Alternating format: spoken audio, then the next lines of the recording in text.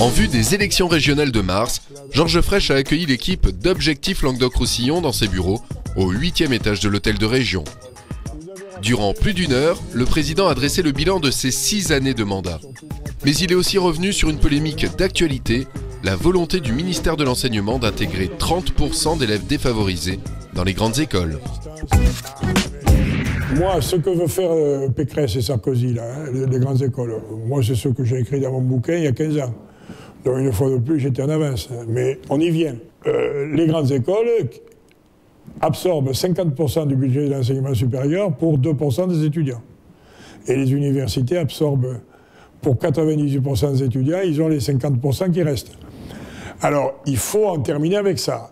Donc moi, ma solution, si j'étais ministre de l'enseignement supérieur, il ne faut pas supprimer les grandes écoles. Il faut les intégrer dans les universités comme institut d'université. Mais qu'on puisse à tout moment aller les meilleurs de l'université puissent aller vers la grande école et que ceux qui foutent rien à la grande école retombent dans l'université sans être exécutés.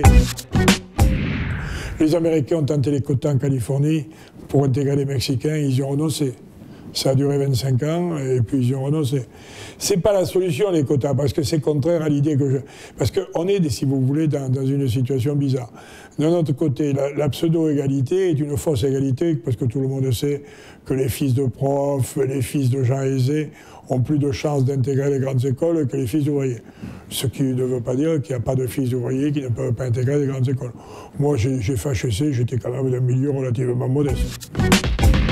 Vous retrouverez l'intégralité de l'interview de Georges Frêche sur son bilan dès le 28 janvier dans le magazine Objectif Languedoc-Roussillon, mais aussi sur le site internet www.objectifnews.tv.